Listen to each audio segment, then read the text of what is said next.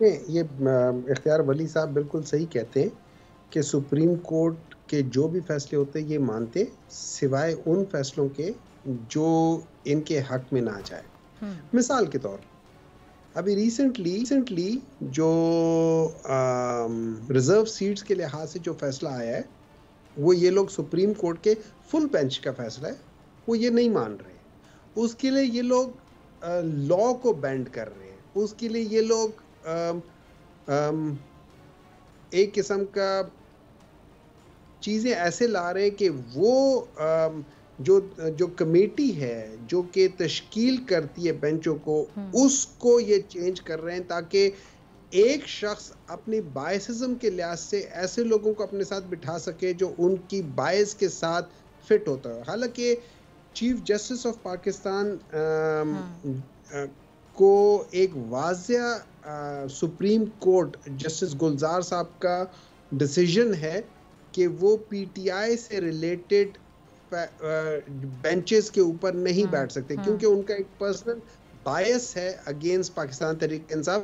اور اس کو اگر آپ دیکھ لیں کہ جب سے چیف جسٹس صاحب کسی بھی فیصلے میں کسی قسم کے فیصلے میں جہاں وہ تحریک انصاف کے چاہے وہ ان کے لیڈر ہو عمران خان یا تحریک انصاف ان جنرل ہو ان کا ہمیشہ جو فیصلہ تھا یا ان کا ہمیشہ نوٹ تھا وہ ان کے خلاف تھا. تو ان کی ایک پرسنل بائس تو ٹوٹلی نظر آتی ہے. پھر اس کے بعد پھر ہم ایک دو ایسے اور ججز کو بھی لے کر آتے ہیں جیسے ابھی ان لوگوں نے یہ آرٹیکل 63A کے لحاظ سے جو کیا اس میں جن لوگوں کو کہا ان میں سے 2 لوگ تو ایسے ہیں کہ انہوں نے آلریڈی اپنا فیصلہ تحریری پچھلے ججمنٹ میں سنایا ہوا تھا ان کو میں ڈال دیا.